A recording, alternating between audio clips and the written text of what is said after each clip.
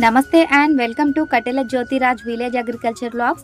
ఈరోజు మనం బీరసాగు విత్తనం ఎంపిక దగ్గర నుంచి తీగలు బారి మనకి పూత దశ వరకు పిందె దశ వరకు పూర్తి డీటెయిల్స్ అయితే ఈ వీడియోలో తెలుసుకుందాం. మరి అంతకంటే ముందు మన ఛానల్ ఫస్ట్ టైం చూస్తున్నట్టయితే వెంటనే ఛానల్ని సబ్స్క్రైబ్ చేసి పక్కన బెల్ ఐకాన్ని క్లిక్ చేసి ఆల్ నోటిఫికేషన్ని ఆన్ చేయండి. మీరు అలా చేయడం ద్వారా నేను చేసే విలేజ్ అగ్రికల్చర్కి సంబంధించిన ప్రతి ఒక్క వ్లాగ్ అనేది మీకు నోటిఫికేషన్ అయితే రావడం జరుగుతుంది. ఇక లేట్ చేయకుండా వీడియోలోకి వెళ్దాం. మరొక విషయం, వీడియో స్కిప్ చేయకండి. అలా చేస్తే వీడియో అర్థం కాదు. తక్కువ టైంలో మంచి విషయాలు ఈ వీడియోలో మీరైతే తెలుసుకోవచ్చు. వ్యవసాయ రైతు ముందుగా చేయవలసిన పని ఏమిటంటే విత్తనం ఎంపిక. మంచి నాణ్యత గల విత్తనం చాలా మెయిన్ ఇంపార్టెంట్. ఏదో ఒక విత్తనం అంటే నాణ్యత లేని విత్తనాలు తీసుకుంటే టైం వేస్ట్ అవుతుంది, కష్టం వేస్ట్ అవుతుంది, పెట్టుబడి వేస్ట్ అవుతుంది. కాబట్టి ఏ సీడ్ ఎంపికైనా నాణ్యత గల విత్తనాన్ని ఎంపిక చేసుకోవాలి. నేను ఈ బీర సీడ్స్లలో సానియా కంపెనీకి సంబంధించిన 50 గ్రాముల డబ్బాలు ఇవైతే ఎంచుకోవడం జరిగింది. చాలా మంచి సీడ్స్. ఆల్రెడీ ఇంతకుముందు నేను ఎప్పుడు తెచ్చినా కూడా పెద్ద డబ్బాలు 100 గ్రామ్స్ డబ్బాలు అయితే తీసుకునేది. ఈసారి అవి అవైలబుల్గా లేకపోవడంతో 50 గ్రాముల డబ్బాలు ఒక 2 డబ్బాలు అయితే నేను తీసుకొని రావడం జరిగింది. ఈ 2 డబ్బాలలో 100 గ్రామ్స్ సీడ్స్ అయితే మనకి రావడం జరిగింది. ఒక 10 గుంటల వరకు అయితే ఈ బీర సీడ్స్ అయితే సరిపోతాయి. అది కూడా కాల్వలు చేసి పెడతాం కాబట్టి మాకైతే సరిపోతాయి. ఇంకా అచ్చుకు చేసే వాళ్ళకైతే కొంచెం ఎక్స్ట్రాగా పడుతుండొచ్చు ఇంకొక డబ్బా. చూడండి, మనకు విత్తన శుద్ధి చేయవలసిన అవసరం లేకుండా మనకి కంపెనీ నుంచే చాలా క్లీన్గా విత్తనం శుద్ధి చేసి చాలా క్వాలిటీతో మనకి ఈ సీడ్స్ అయితే రావడం జరుగుతుంది. ఇక ఇలా మంచి క్వాలిటీలో విత్తనాన్ని ఎంపిక చేసుకున్న తర్వాత దుక్కిని మనం ఎలా సిద్ధం చేయాలంటే బాగా మక్కిన పశువుల ఎరువు ఉంటుంది కదా, ఈ ఎరువుని వేసి మనము దుక్కిని బాగా కలియదున్నాలి. అంటే ఎకరానికి ఎంత అని అంటే బాగా మక్కిన పశువుల ఎరువును ఎకరానికి 8 నుంచి 10 టన్నుల చొప్పున వేసుకోవాలి. ఇప్పుడు 10 గుంటలలో మేము బీర సాగు చేస్తున్నాం కాబట్టి ఒక 2 టన్నుల బాగా మక్కిన పశువుల ఎరువును వేసి బాగా దుక్కిని కలియదున్ని ఇలా కాలువలు చేసి విత్తనాన్ని వేస్తున్నాము. ఇలా కాలువలు చేయడం ద్వారా వ్యవసాయ రైతుకి ఉపయోగం ఏంటంటే ఈ ఎండాకాలంలో నీళ్ళ సమస్య అనేది చాలా ఎక్కువగా ఉంటుంది. కాబట్టి ఇలా కాలువలు చేసి విత్తనం పెట్టడం ద్వారా నీళ్లు అనేది ఆదా అవటం జరుగుతుంది. విత్తనానికి లోతు అంగుళం లోతు చొప్పున విత్తనానికి పీటున్నర దూరం చొప్పున మనం విత్తనం వేయాల్సి ఉంటుంది. ఈ బీర విత్తనం వేసి మొదటి 2 తడుల నీళ్ళు అందించిన తర్వాత 5 నుంచి 6 రోజులలోపు మనకి మొలక రావటం జరుగుతుంది. 15 నుంచి 20 రోజులలోపు మారాకు కూడా వేయటం జరుగుతుంది. అప్పటి వరకు కూడా మనం ఎలాంటి ఫర్టిలైజర్స్, ఎలాంటి ఎరువులు అందించాల్సిన అవసరం అయితే లేదు.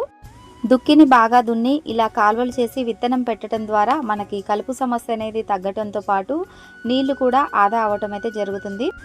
ఇక 25 నుంచి 30 రోజుల్లోపు మనకి మారాకు వేయటము, తీగ రావడం కూడా స్టార్ట్ అవుతుంది. ఇప్పుడు మనము వీటికి ఖచ్చితంగా ఫర్టిలైజర్స్, ఎరువులైతే అందించాల్సి ఉంటుంది.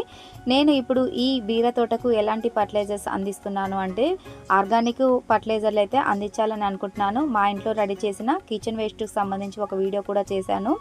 మల్టీ కిచెన్ వేస్ట్ ఫర్టిలైజర్, అది కూడా లిక్విడ్ ఫర్టిలైజర్. అది ఎలా మనం తోటలపై స్ప్రే చేయాలి కొలతలతో సహా డీటెయిల్గా చెప్పడం జరిగింది. మన ఛానల్లో వీడియో ఉంది. ఎవరికైనా ఇంట్రెస్ట్ ఉంటే యూజ్ అవుతుంది అనుకుంటే మాత్రం తప్పకుండా చూడండి. లింక్ అనేది నేను ఇస్తాను డిస్క్రిప్షన్లో. ఇక లిక్విడ్ ఫర్టిలైజర్ అనేది 1 litre liquid fertiliser organic multi kitchen waste liquid ఫర్టిలైజర్ని అయితే 1 లీటర్ తీసుకుంటున్నాను.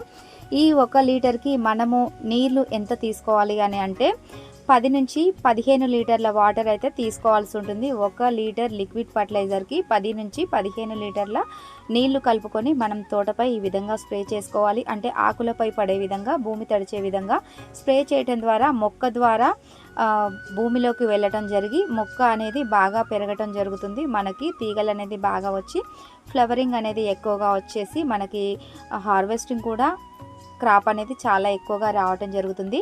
అంటే మారాకు దశ వరకు మట్టిలో పశువుల ఎరువుల బలం ఉంటుంది. ఇక మారాకు వేసి తీగలు వచ్చే దశకు ఇలా ఆర్గానిక్ లిక్విడ్ ఫర్టిలైజర్ ఇవ్వటం ద్వారా కొత్త ఇగురులోంచి తీగలు రావటం మొదలవుతాయి. ఇక తర్వాత మనకి తీగలు వచ్చే కొద్దీ దాంట్లోంచి ఫ్లవరింగ్ అనేది కూడా ఎక్కువగా వస్తుంది. చాలా త్వరగా ఈ బీర తోట పంట అనేది మనకి చేతికి రావడం జరుగుతుంది. ఇక వ్యవసాయంలో ప్రతి పంట పైన కూడా కీటక దాడి అనేది ఉంటుంది. కాబట్టి దీనికి మనం ఎలాంటి ఆర్గానిక్గా ఫర్టిలైజర్స్ అనేది ఇవ్వాలి అని అంటే వేప నూనె ఉంటుంది కదా, వేప నూనెని మనము ఇవ్వటం ద్వారా కూడా చాలా మంచి బెనిఫిట్ అనేది ఉంటుంది. పురుగు సమస్య అనేది చాలా తగ్గటానికి అవకాశం ఉంటుంది. ఇక తీగలైతే మనకి రావటం స్టార్ట్ అవుతున్నాయి చూడండి. ఇలా కాలువలు చేసి విత్తనం వేయటం ద్వారా నీళ్లను ఆదా చేస్తూ ఎక్కువ పంట పండించడానికి ఉంటుంది. కలుపు సమస్య అనేది కూడా చాలా తక్కువగా కనిపిస్తుంది. చూడండి ఇప్పుడు మనకి ఫ్లవరింగ్ చూడండి ఎంత చక్కగా ఫ్లవరింగ్ అనేది రావటం జరిగింది. మనకి బీరకాయ అనేది కూడా చాలా నాణ్యతగానైతే వస్తుంది. ఇక కూరగాయ పంటల్లో చేతికి త్వరగా వచ్చే పంటల్లో ఈ బీరకాయ కూడా ఒకటి. ఈ పంటకు మార్కెట్లో ఎప్పుడు మంచి రేటే ఉంటుంది. అలాగే ప్రతి ఒక్కరూ తినే కూరగాయ. మరి ఈరోజు నేను చూపించిన బీర విత్తనం ఎంపిక దగ్గర నుంచి తీగ బారి పూత దశ వరకు మీకు డీటెయిల్గా చెప్పాను కదా. మరి మీరు ఎలాంటి పంటలు వేస్తున్నారు, ఎలా సాగు చేస్తున్నారా అనేది నాకు తప్పకుండా చెప్పండి. మరి ఈ వీడియోలో నేను చెప్పిన మంచి ఇన్ఫర్మేషన్ మీకు నచ్చింది కదా, అలాగే మీకు ఉపయోగపడాలని కూడా కోరుకుంటున్నాను. నెక్స్ట్ భాగంలో బీరపూత దగ్గర నుంచి కాయ హార్వెస్టింగ్, అలాగే మార్కెటింగ్, అలాగే మనకి ఎన్ని కోతలు ఈ బీరకాయ వస్తుందనేది ఫుల్ ఇన్ఫర్మేషన్తో మళ్ళీ కలుద్దాం. అంతవరకు చూస్తూనే ఉండండి కట్టెల జ్యోతిరాజ్ విలేజ్ అగ్రికల్చర్ ఛానల్. మరి ఈ వీడియోని లైక్ చేసి కామెంట్ చేసి ఇంత మంచి ఇన్ఫర్మేషన్ను మన రైతులకు ఉపయోగపడే విధంగా షేర్ చేయాలని మనస్ఫూర్తిగా కోరుకుంటున్నాను. మళ్ళీ మరొక మంచి వీడియోతో కలుద్దాం. బాయ్.